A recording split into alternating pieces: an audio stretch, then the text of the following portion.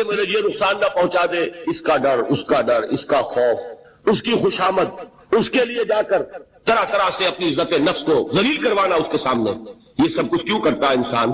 جب سمجھتا ہے کہ اس کے ہاتھ میں میرا کوئی نفع ہے، اس کے ہاتھ میں میرے لیے کوئی ضرر ہے، یہ مجھے کوئی گزن پہنچا سکتا ہے، یہ مجھے کوئی نقصان پہنچا سکتا ہے، یہ میرے کوئی کام بنا سکتا ہے، یہ میری کوئی ضرورت پوری کر سکتا ہے.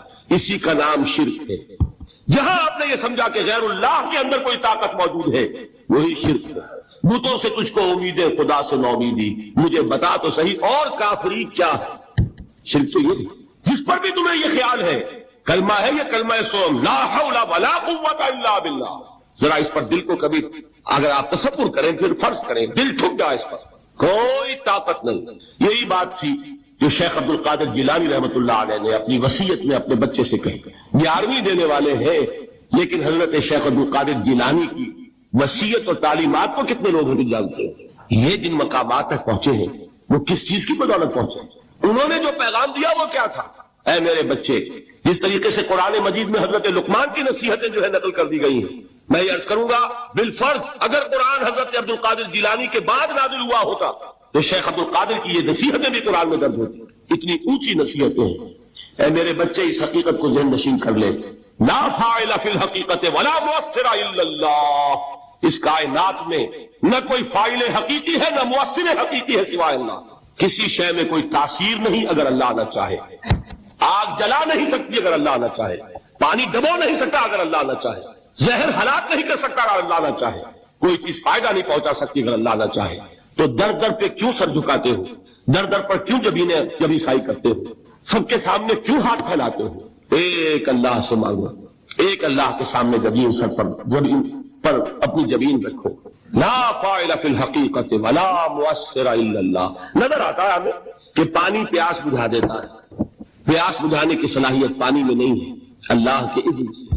کھانا بھوک مٹا دیتا ہے، بھوک مٹانے کی صلاحیت کھانے میں نہیں ہے، اذن رب میں. دیکھیے یہی یقین تھا. حضرت موسیٰ علیہ السلام کا واقعہ یاد کیجئے. سامنے سمندر آ گیا ہے، قوم دیکھتی ہے پیچھے کہ گرد و غبار کا طوفان. معلوم ہوا کہ فرعون اپنے لشکر سمیت آ گیا. لشکر جب چلتا تھا تیز رفتاری کے ساتھ تو گرد و غبار کا جو طوفان اٹھتا تھا اس کا تصور کیجیے، اور لمحہ بلمحہ وہ قریب آ رہا ہے. پوری قوم نے کیا کہا؟ اے موسیٰ انا لمدرکون، اے موسیٰ ہم کو پکڑے گئے. قرآن مجید میں تو یہاں وہ باتیں نہیں لکھی ہیں، لیکن تورات میں یہ درج ہے کہ بنی اسرائیل جھگڑنے لگے، دست و گریبان ہو گئے موسیٰ کے ساتھ. موسیٰ نے یہاں مروایا لا کر، اس سے تو ہم وہیں بہتر تھے. وہاں کھانے کو ملتا تھا، زندگی تو تھی، بیگار ہم کر رہے تھے، موت تو نہیں تھی. اب جو کچھ ہوگا اس کا تصور کرو، جس طریقے سے ہمارے ٹکڑے اڑائے جائیں گے. تو لڑ رہے ہیں حضرت موسیٰ علیہ السلام. یہ تورات کی تفصیل ہے. قرآن میں صرف اتنا آیا ہے، پریشان ہو کر انہوں نے کہا انا لمدرکون، موسیٰ ہم کو پکڑے گئے. اس وقت موسیٰ کا جواب کیا ہے؟ کلا ان معی ربی سیہدین. نہیں، میرے ساتھ میرا رب ہے، وہ راستہ دے گا. بتائیے کہاں راستہ نظر آ رہا ہے؟ یہ ہے ایمان بالغیب. راستہ نظر نہ آئے تب اللہ پر یقین ایمان ہے. جیب میں پیسے ہو تب دل کو اطمینان ہے. تو ایمان کس پر ہوا؟ پیسے پر، اللہ پر نہیں. جب وسائل و ذرائع نہ ہو اور پھر یقین ہو کہ اللہ مسبب الاسباب ہے، وہ اسباب کا پابند نہیں ہے، وہ اسباب کا محتاج نہیں ہے، اسباب اس کے محتاج ہے. اگر یہ یقین ہے تو اللہ پر ایمان ہے، یہ نہیں ہے تو تمہارا ایمان اسباب پر ہے، وسائل پر ہے، ذرائع پر ہے، مادیات پر ہے، اللہ پر نہیں. اس وقت کہاں راستہ تھا؟ تو راستہ تھا سمندر ہے اور ادھر سے لشکر آ گیا ہے. کلا ان معی ربی سیہدین. اب دیکھیے ایمان کہہ دینا آسان ہے، ہوا معکم اینما کنتم، جہاں کہیں بھی تم ہوتے ہو اللہ تمہارے ساتھ ہوتا ہے. لیکن اس کا یقین قائم ہو جائے تو زمین و آسمان کا فرق واقع ہو جائے. الف لام میم یہ حروف مقطعات ہیں، ان کے بارے میں اجمالی گفتگو سورہ بقرہ کے آغاز بھی ہم کر چکے ہیں.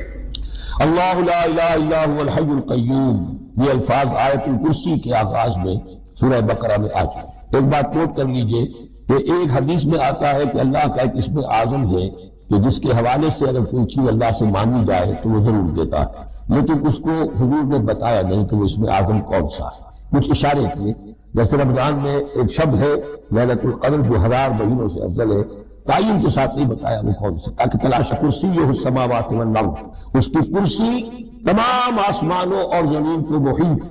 اب کرسی کے دو مفہوم یہاں ہو سکتے ہیں، ایک اس کے معنی مراد ہے، یعنی اس کا اقتدار، اس کی قدرت، اس کا جبر، اس کا اختیار، یہ اتھارٹی پوری کائنات کی. یہ بھی ہو سکتا ہے کہ اللہ تعالیٰ کے لیے ہم نہیں جان سکتے، یہ آیات متشابہات میں سے ہے کہ کوئی شے بھی ہو واقعتاً جس کو ہم اسے کرسی کہہ سکتے، عرش کرسی، ان سب کے بارے میں یہ دونوں باتیں جو میں رکھی ہے. یہ بھی ہو سکتا ہے کہ ان کی کوئی مجسم حقیقت ہو جو ہمارے ذہن سے، ہمارے تخیل سے ماورا ہے، اور یہ بھی ہو سکتا ہے اس استعارہ مراد اس کا اقتدار و اختیار آسمان اور زمین پر چھایا ہوا ہے. اس وقت یہ ہے کہ اصل نماز یہی ہے، یہ سورہ فاتحہ. چنانچہ میں آپ کو حدیث سنا رہا ہوں جو صحیح بخاری میں بھی ہے، صحیح مسلم میں بھی ہے، جامع ترمذی میں بھی ہے، سنن ابی داؤد میں بھی ہے، سنن نسائی میں بھی ہے، اور بہت سی کتابوں میں موجود ہے. اور یہ عن عبادہ بن صامت رضی اللہ تعالی عنہ، حضرت عبادہ بن صامت سے ہے مرفوعا کہ حضور نے فرمایا لا صلاۃ لمن لم یقرأ بفاتحۃ الکتاب، اس شخص کی کوئی نماز نہیں ہے جس نے کہ سورہ فاتحہ کی تلاوت نہیں کی. اب اس سے ہمارے ہاں ایک بڑا اختلاف پیدا ہوا، وہ نوٹ کر لیجیے. ایک رائے یہ ہے آپ اگر علیحدہ نماز پڑھ رہے ہیں تو ظاہر بات ہے کہ آپ کو ہر رکعت میں خود پڑھنی ہی پڑھنی ہے سورہ فاتحہ. جب باجماعت پڑھ رہے ہیں اب کیا شکل، امام پڑھ رہا ہے سورہ فاتحہ تو کیا مقتدی کو بھی پڑھنی چاہیے؟ اس حدیث میں جو الفاظ کی شدت ہے اس کی بنا پر رجحان یہ ہوتا ہے کہ یقیناً اس صورت میں ہر شخص لا صلاۃ لمن لم یقرأ بفاتحۃ الکتاب، جس نے کہ فاتحہ کی تلاوت نہیں کی، قرات نہیں کی، اس کی کوئی نماز ہی نہیں. تو یہ موقف ہے امام شافعی کا، یہی مسلک ہے ہمارے اہل حدیث بھائیوں کا کہ آپ چاہے اکیلے نماز پڑھ رہے ہو، چاہے امام کے پیچھے پڑھ رہے ہو، اور چاہے امام جو ہے وہ جہری رکعت پڑھا رہا ہے اور چاہے سری رکعت پڑھا رہا ہے. خاموشی والی رکعت سورہ، آپ کو معلوم ہے کہ نماز جو ظہر اور عصر کی ہے تو چاروں رکعتیں جو ہے وہ سری ہے. مغرب کے اندر آ کر دو جہری ہیں ایک سری ہے، عشاء میں آ کر دو جہری ہیں دو سری ہیں، سورہ اور نماز فجر کے اندر دونوں جو ہیں وہ جہری ہیں. تو چاہے جہری ہو چاہے سری ہو آپ کو بھی لازماً جو مقتدی ہے اسے بھی سورہ فاتحہ پڑھنی ہوگی. اب اس کے لیے انہوں نے یہ طریقہ جو ہے تلقین کیا ہے کہ امام تیزی سے نہ پڑھے، رک رک کر پڑھے الحمدللہ رب العالمین، اس کے بعد اتنا وقفہ دے دے کہ جو مقتدی ہے وہ بھی کہہ لے اپنے دل میں یا پڑھ لے الحمدللہ رب العالمین الرحمن الرحیم. یہ رک رک کر پڑھنا، خاص طور پر اگر آپ کو موقع ہوا ہو کسی اہل حدیث امام کی امامت میں نماز ادا کرنے کا تو آپ دیکھیں گے کہ بڑا فرق ہے. ہمارے جو حنفی امام الحمدللہ رب العالمین الرحمن الرحیم مالک یوم الدین ایاک نعبد و ایاک نستعین، 4 آیتیں جو ہے وہ بھی ایک ساتھ میں پڑھ جائیں گے. لیکن یہ کہ عام طور پر جو اہل حدیث حضرات ہیں وہ رک رک کر ٹھہر ٹھہر کر پڑھتے ہیں، ترتیل کے انداز میں پڑھتے ہیں. یا پھر دوسری شکل انہوں نے ایک اور کی، یہ آپ سعودی عرب میں جب کبھی نماز پڑھیں گے اور آپ پڑھی ہو آپ نے تو وہاں آپ دیکھیں گے کہ امام جو ہے وہ سورہ فاتحہ پڑھنے کے بعد تو 1 منٹ جو ہے خاموش ہے تاکہ آپ اب جو مقتدی ہیں وہ اس وقفے میں وہ اب سورہ فاتحہ پڑھ لیں. پھر وہ قرات کرے گا، کوئی اور آیات اس نے شامل کرنی ہے تو بعد میں شروع کرے گا، درمیان میں وقفہ ہوگا. لیکن ایک مسلک یہ ہے، اور یہ مسلک جو ہے یہ در حقیقت قرآن مجید کی ایک آیت کے اوپر مبنی ہے. سورہ اعراف کے آخر میں فرمایا گیا وَإِذَا قُرِئَ الْقُرْآنُ فَاسْتَمِعُوا لَهُ وَأَنصِتُوا، جب قرآن پڑھا جا رہا ہو تو توجہ سے اسے سنو، خود خاموش رہو. اب یہ قرآن مجید کی آیت ہے. اس کے بنا پر ایک رائے یہ ہے کہ آپ امام کے پیچھے سورہ فاتحہ نہیں پڑھیں، پڑھا جا رہا ہے سنو، خود خاموش ہو. اور اس کے لیے وہ دلیل دیتے ہیں کہ یہ شکل ایک وفد کی سی ہے. جیسے کسی بڑی شخصیت کے پاس اگر آپ کا کوئی وفد جاتا ہے، 8-10 افراد ہیں، ان میں اسپوکس مین ایک ہوتا ہے، وہ بات کرتا ہے، باقی سب لوگ موجود رہتے ہیں، سنتے ہیں. اسی طریقے سے امام جو ہے وہ گویا کہ آپ کا نمائندہ ہے اور وہ پڑھ رہا ہے الحمدللہ رب العالمین الرحمن الرحیم مالک یوم الدین. تو امام کی قرات ہی آپ کی بھی قرات ہو. گویا کہ اس آیت سے، اس حدیث سے اختلاف نہیں ہے، اس کی تعبیر سے اختلاف ہے کہ امام کا قرات کر لینا در حقیقت مقتدیوں کی طرف سے بھی قرات. اس میں جو حنفی مسلک ہے وہ بہت سخت ہے، اور وہ یہ ہے کہ چاہے سری نماز ہو اور چاہے جہری ہو، ہر کسی بھی حالت میں مقتدی جو ہے وہ سورہ فاتحہ نہیں پڑھے. اب اس میں ذرا سا سوال پیدا ہوتا ہے کہ جہری رکعت میں تو اس آیت کا اطلاق ہو جائے گا کہ وَإِذَا قُرِئَ الْقُرْآنُ فَاسْتَمِعُوا لَهُ وَأَنصِتُوا، سری میں تو اس آیت کا اطلاق نہیں ہوتا. بہرحال یہ مسلک ہے امام شافعی کا، ایک انتہا پر ہے، ہر صورت میں سری ہو یا جہری ہو آپ کو پڑھنی ہی پڑھنی ہے.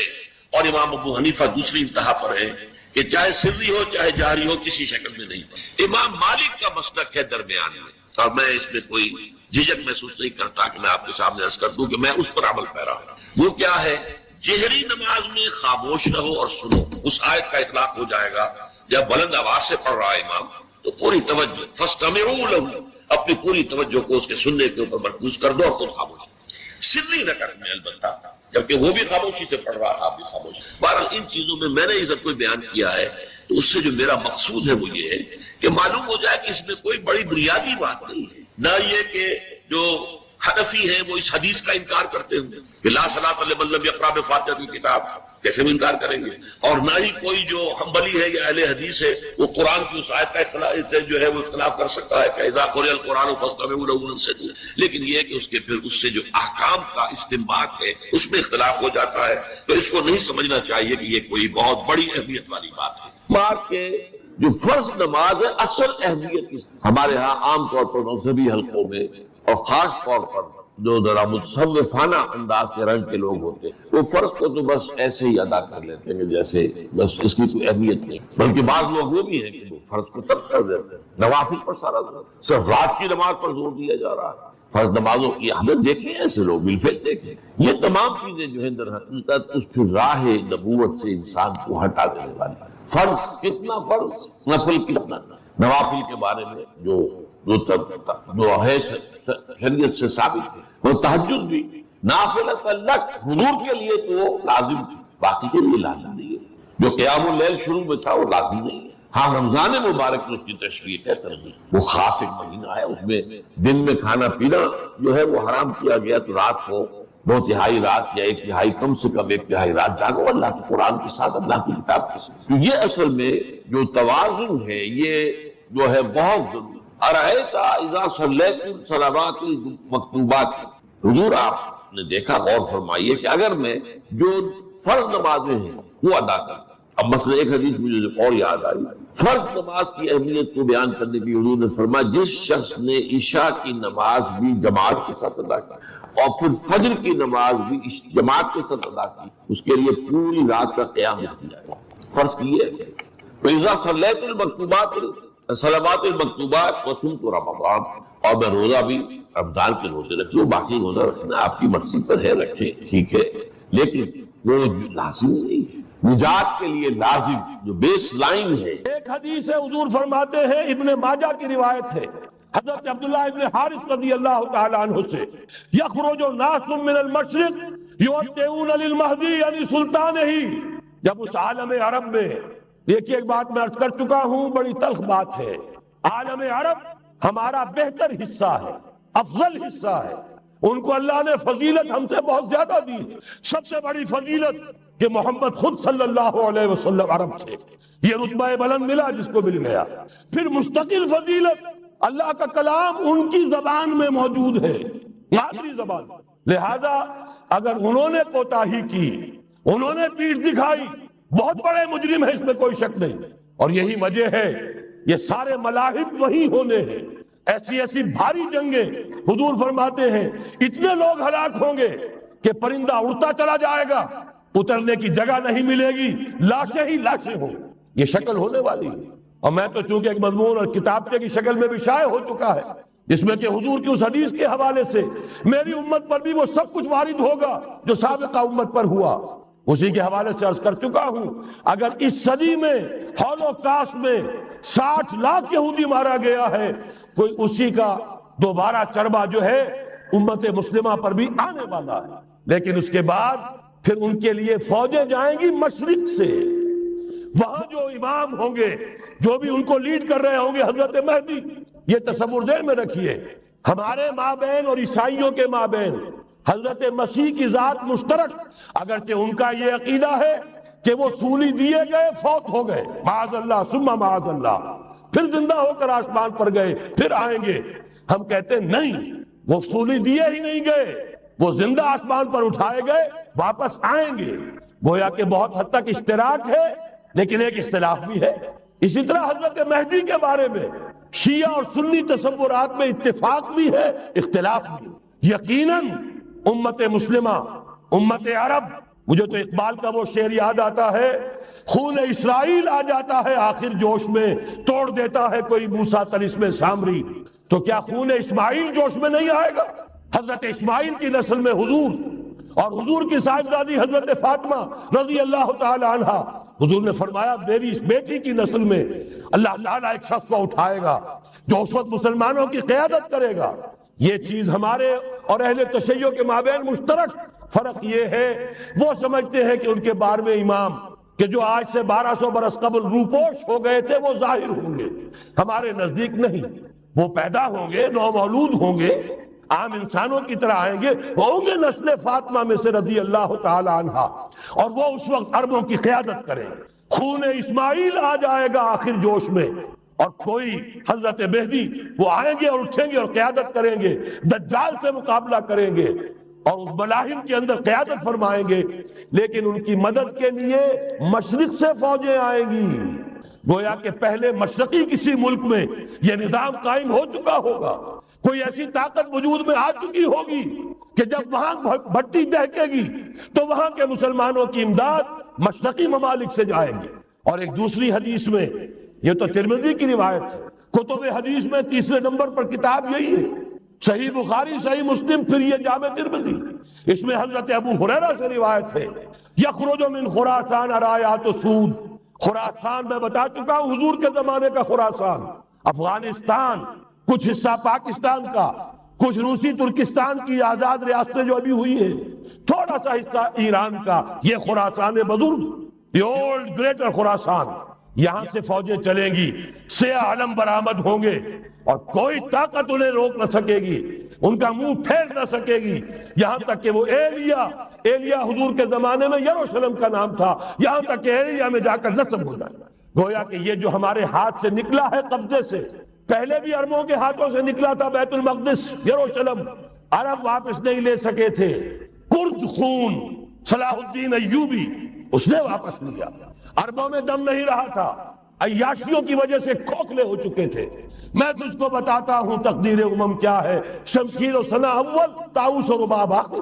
یہی وجہ ہے کہ تقریباً 20 صدی کے بعد ان کی حکومت ختم، آشمارا حق بود در خون بارد بر زمین، بر زوال ملک مستعصم امیر المومنین۔ یہ ہوا کہ نہیں ہوا؟ جبکہ آئے ہیں تاتاری ہورڈز، اور جنہوں نے کہ آخری خلیفہ بنو عباس اسے محل میں سے نکالا، ایک کھال کے اندر لپیٹ کر اور اپنے گھوڑوں کے سوؤں تلے کچل دیے، عرب معزول کر دیے گئے تھے۔ لیکن اب دوبارہ عربوں کو جب سہارا ملا ہے، لیکن اب بھی انہوں نے کہیں اسلام قائم نہیں کیا، کوئی روس کا غلام رہا، کوئی امریکہ کا غلام رہا، کسی نے اس کا ساتھ دیا، کسی نے اس کا ساتھ دیا، تہذیب ہے تو مغربی، تمدن ہے تو مغربی، وضع میں تم ہو نصارہ تو تمدن میں ہنود، یہ مسلمان ہیں جنہیں دیکھ کے شرمائے یہود۔ یہی معاملہ جب ان کا ہوا تو اب اللہ تعالیٰ کی طرف سے ان کے اوپر وہ عذاب کی بھٹی گرم ہونے والی، لیکن اس کے بعد پھر یہاں سے جائیں گے وہ جو ان کی مدد کریں گے، اور یہ ایلیا کو واپس لینے والے، یہ مشرق سے چلنے والے لشکر ہوں گے۔ یہ 2 حدیثیں ابھی سن لیجئے، اور تیسری حدیث یہ ہے، حضور نے فرمایا، یہ سنن نسائی کی روایت ہے، قال رسول اللہ صلی اللہ علیہ وسلم عصابتان من امتی احوزهم اللہ من النار احرزهم اللہ من النار، میری امت کے 2 لشکر ایسے ہوں گے جنہیں اللہ نے آگ سے نجات دے دی ہے، پہلے ہی سے ڈکلیئرڈ ہے۔ عصابت تغزو الہند، ایک لشکر کے جو ہند پر حملہ آور ہوگا، وعصابت تکون مع عیسیٰ ابن مریم علیہ السلام، اور دوسرا لشکر وہ ہے جو حضرت عیسیٰ کے ساتھ جا کر اور ان کے ساتھ مل کر یہودیوں کے خلاف جنگ کرے گا۔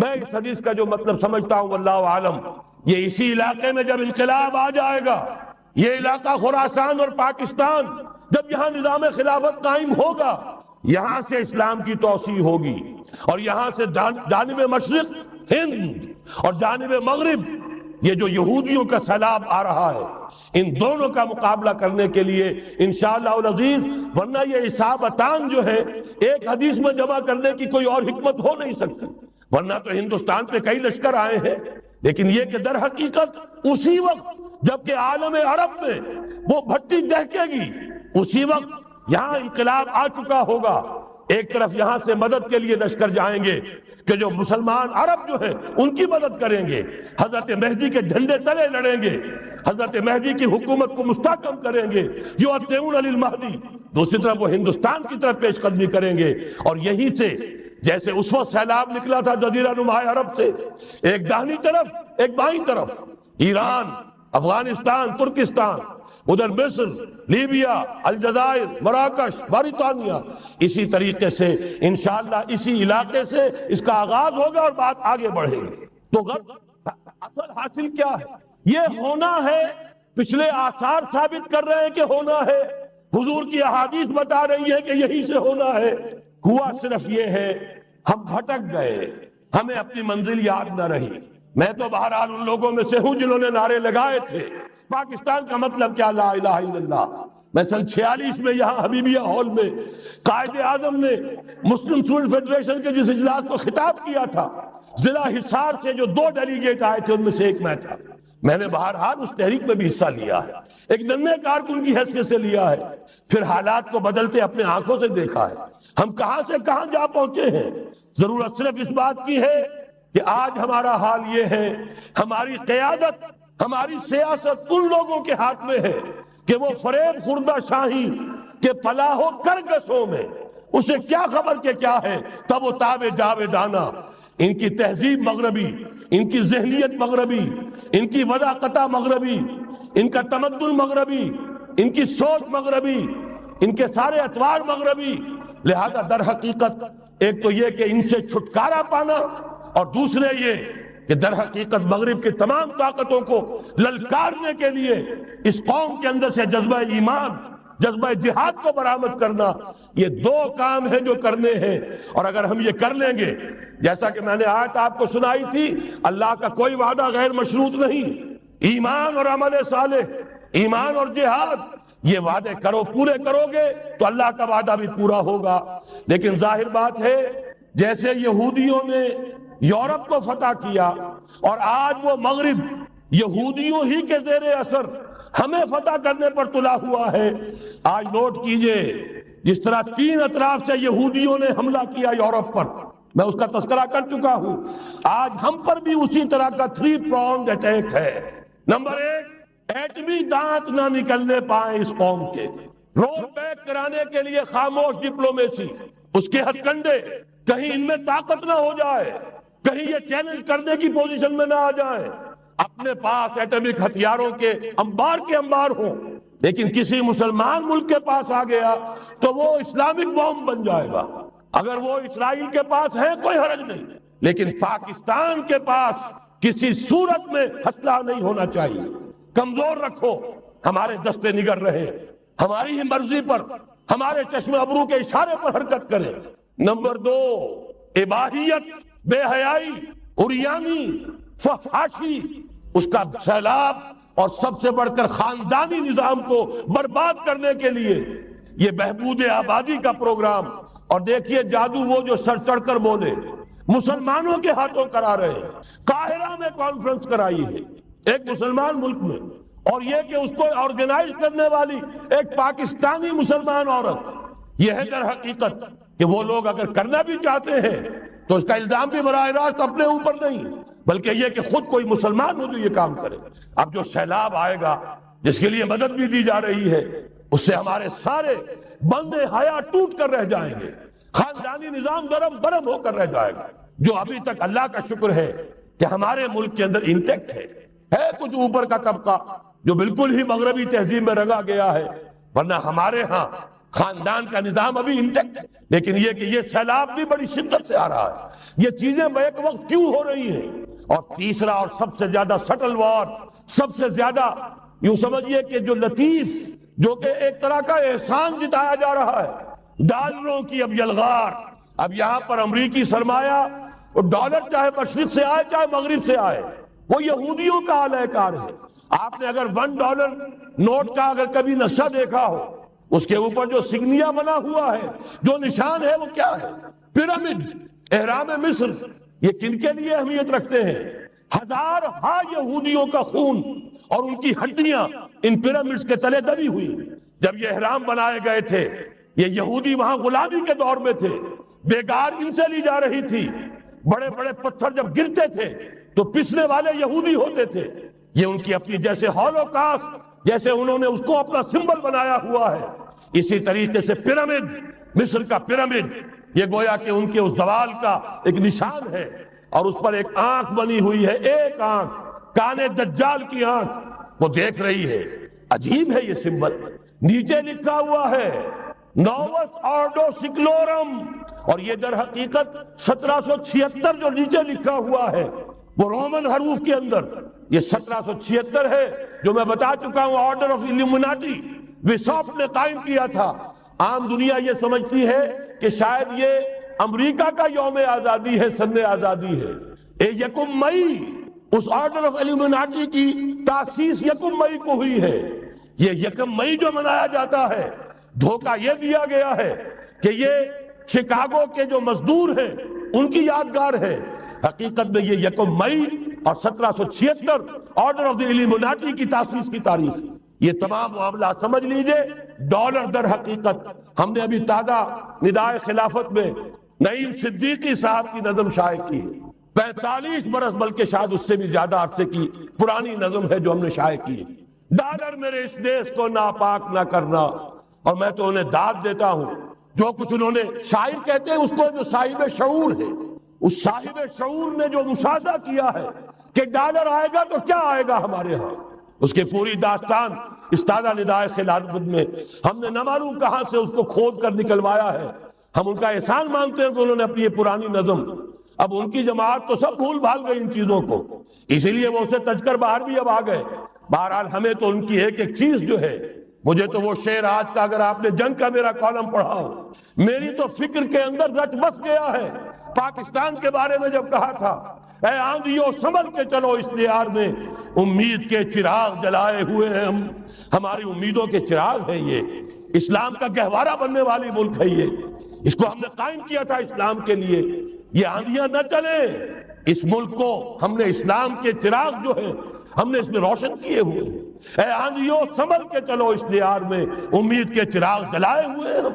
بہرحال یہ تیسرا سیلاب ہے، ننگی سرمایہ داری، جس کی پھر لعنتیں ہوتی ہیں، ایک طرف فقر، ایک طرف احتیاج، ایک طرف بھوک، ایک طرف دولت کے انبار۔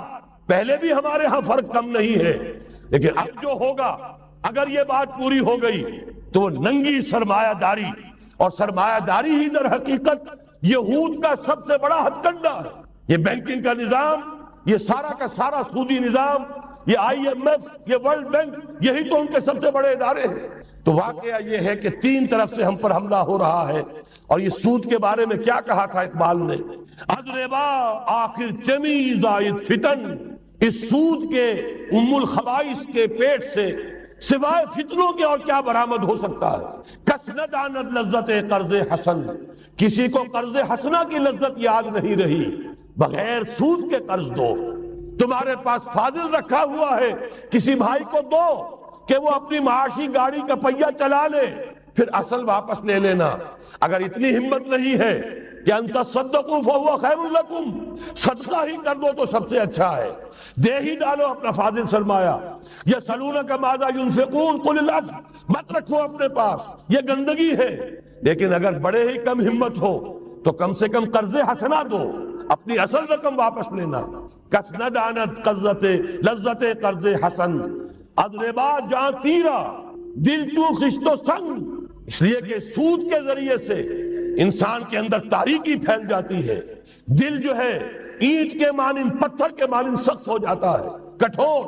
ثم قست قلوبکم فہی کالحجارۃ او اشد قسوہ، آدمی درندہ بے دندان و چنگ، اور انسان بغیر اس کے کہ بھیڑیوں والے دانت ہوں اور بھیڑیوں والے پنجے ہوں، بھیڑیا بن جاتا ہے۔ بہرحال اب کرنے کا کام کیا ہے اس کو سمجھیے۔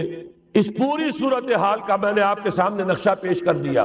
ایک طرف مغرب سے نیو ورلڈ آرڈر، جو جیو ورلڈ آرڈر ہے، اس وقت کی سپریم پاور آن ارتھ امریکہ کی سرپرستی میں بڑی تیزی کے ساتھ حملہ آور ہے۔ دوسری طرف وَمَكَرُوا وَمَكَرَ اللَّهُ وَاللَّهُ خَيْرُ الْمَاكِرِينَ، اللہ کو پامردی مومن پہ بھروسہ، ابلیس کو یورپ کی مشینوں کا سہارا۔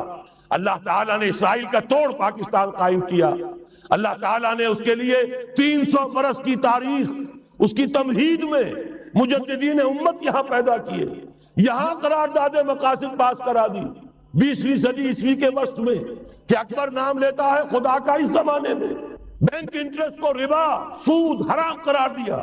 یہ سارے شواہد ہیں۔ اب ضرورت صرف ایک بات کی ہے، ایک زبردست عوامی تحریک اٹھے، یہ عوامی تحریک کیسی ہو؟ نمبر ایک، فرقہ واریت سے بلند ہو۔ یہ فرقہ واریت جو اس وقت بہت بڑا فتنہ بن گیا، جس کی کشیدگی بڑھتی چلی جا رہی ہے، اس کے اندر اگر ہم قوم کی حیثیت سے اگر ملوث ہوتے چلے گئے، آخری تباہی آ جائے گی۔ فرقہ واریت سے بلند، سیاسی کشمکش سے بلند، یہ سیاسی کشاکش، یہ حزب اختلاف، حزب اقتدار، اس سے بلند، اس سے کوئی بحث نہیں، کوئی دلچسپی نہیں۔ علاقائیت یا لسانی قومیت، اپنے دنیاوی حقوق کی فکر مت کرو، بلکہ آخرت کی فکر کرو، اور یہاں اس کی اصل منزل خلافت کے نظام کی فکر کرو۔ ان تمام چیزوں کو پورا کرتے ہوئے یہاں پہ نظام خلافت قائم کیا جائے، یہ ہے واحد علاج۔ اور اسی کے لیے للکارنے کے لیے، اسی کے لیے دعوت دینے کے لیے ہم نے اس تحریک خلافت پاکستان کا آغاز کیا۔ تنظیم اسلامی نے اپنے لیے ہدف معین کیا ہے، نظام خلافت علی منہاج النبوہ کا قیام، پہلے پاکستان میں اور پھر کل نوع عرصی پر۔ اب میں چند منٹوں میں آپ کو بتاؤں گا کہ وہ نظام ہے کیا۔ دیکھیے، اس موضوع پر میں پاکستان کے تقریباً تمام بڑے شہروں میں اکثر جگہ 3 دن 2 گھنٹے کی تقریر کر چکا ہوں۔ سیاسی نظام کیا ہے، معاشی نظام کیا ہے، سماجی نظام کیا ہے، خلافت اب قائم ہوگی جو بہرحال 1400 برس قبل کی خلافت اور آج کی خلافت، وقت کے دریا میں بہت سا پانی گزر گیا ہے، اصول وہی کے ہوں گے، فنڈامنٹل وہی کے ہوں گے، تفصیلی خاکہ بنے گا اس زمانے کے تقاضوں کے مطابق۔ تو میرے وہ تقریریں ویڈیو کی شکل میں، آڈیو کی شکل میں، اردو میں، انگریزی میں، شکاگو میں 20 گھنٹے کا پروگرام پچھلے سال ریکارڈ کرا کے آیا۔ اللہ کا فضل ہے کہ وہ پھیل رہا ہے معاملہ۔ اب مغرب میں اذان خلافت بلند ہو رہی ہے، اس کا تذکرہ میں بعد میں کروں گا، بہرحال وہ تو تفصیلی بات ہے۔ یہاں میں چند منٹوں میں صرف الجبرا کے اصولوں کی طرح چند باتیں بتا رہا ہوں۔ جو بھی آپ کا آج نظام ہے، 3 شرطیں پوری کر دیجئے، وہ خلافت بن جائے گا، سیاسی اور دستوری اعتبار سے۔ نمبر 1، حاکمیت اللہ کی، اور اللہ کا شکر ہے یہ ہم کر چکے۔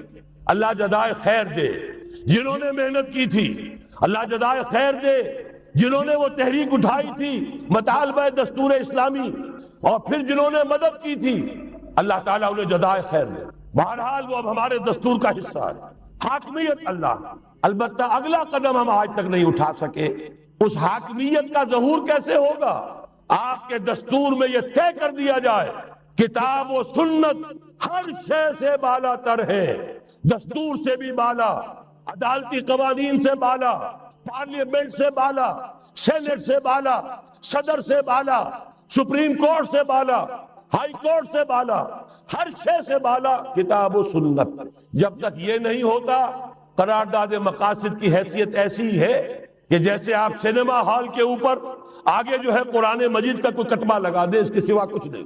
یہ بھی غنیمت ہے کہ قرارداد مقاصد پاس ہوئی، اصل شرط یہ ہے کتاب و سنت کی ٹوٹل بالادستی۔ اور یہ بڑی کڑوی گولی ہے، عوامی تحریک جب تک نہیں چلے گی، لوگ جب تک اپنی خون کی ندیاں نہیں بہا دیں گے، یہ کڑوی گولی حلق سے اترنے والی نہیں۔ یہ IGI کی حکومت میں نہیں اتری، اسلام کے نام پر اقتدار میں آئے، اسلام کے نام پر ISI نے IGI بنوائی، اسلام کے نام پر انہیں ووٹ ملے، 2/3 کی اکثریت ملی، اس کے باوجود شریعت کی بالادستی کا ایکٹ، شریعت کی بالادستی کی دستور کے اندر ترمیم پاس نہیں کرائی گئی۔ معلوم ہوا اوپر زبردست کا ٹھینگا ہے، امریکہ کے سب پرستار ہیں، سب ڈرتے ہیں، سب کے لیے سب کو نظر آتا ہے بالآخر جو ہے اسی کے پاس جانا ہوگا، چاہے وہ نواز شریف ہو اور چاہے وہ بے نظیر ہو۔ ایک کھلم کھلا ہے، اور اب تو میں کہتا ہوں نواز شریف بھی کھلم کھلا ہے۔ آج کے اس دور میں انہوں نے اسلام کا نام کبھی نہیں لیا، اس سے تو بالکل تائب، بس صرف فرق یہ رہ گیا ہے بے نظیر کھلم کھلا بھی مذاق اڑا لیتی ہے اسلامی سزاؤں کا، اسلامی قوانین کا، یہ اس پر ذرا خاموش ہے۔ لیکن یہ کہ اپنی تحریک میں ہمارے بہت سے جو سیاسی قائدین ہیں مسلمانوں کے، کتنے بیانات آپ نے پڑھے ہوں گے، ذرا اسلام کا نام لے دیں ہم ساتھ ہو جائیں گے۔ مولانا سمیع الحق صاحب کا بیان آیا، ذرا اسلام کی بات کرے تو ہمارے اور بہت سے علماء اور ہمارے طارق صاحب جو ہے انہوں نے بھی کہا کہ میں ساتھ آ جائیں گے۔ لیکن یہ کہ بڑا پکا ثابت ہوا نواز شریف اسلام کا نام نہیں لیا. یہ بات جان لیجئے، یہ اس کے بغیر، قربانی کے بغیر اصل یہی منزل ہے، اصل کٹھن یہی ہے. یہ کتاب و سنت کی بالادستی، اس کو قبول کرنا، اختیار کرنا، یہ بغیر عوامی تحریک کے، بغیر قربانیوں کے ممکن نہیں ہوگا. بہرحال دوسری بات یہ، اور تیسری بات، کسی غیر مسلم کو نظام خلافت میں قانون سازی میں شریک نہیں کیا جا سکتا. جس قانون کی بنیاد کتاب و سنت، جو نہ کتاب کو مانے نہ سنت کو مانے، اس کا اس ملک کی قانون ساز اسمبلی میں جانے کا مطلب کیا ہے؟ ان کی علیحدہ اسمبلیاں ہوں، ان کے جو حقوق ہیں مائنورٹیز کی حیثیت سے ان کی گارنٹی دی جائے، ان کی جان، مال، عزت، آبرو کا پورا تحفظ، ان کی پوری مذہبی آزادی، ان کی عبادت گاہوں کی پوری ضمانت، ان کی حفاظت کی، ان کا پرسنل لا ہو، سب کچھ ہوگا. قانون سازی میں غیر مسلم شریک نہیں ہو سکتا. نظام خلافت کی اعلیٰ ترین سطح کی پالیسی بنانے میں غیر مسلم شریک نہیں ہو سکتا. یہ معاملات ہمیں، یہ کڑوی گولیاں ہیں، لیکن صرف 3 گولیاں ہضم کر لیجئے، یہ نظام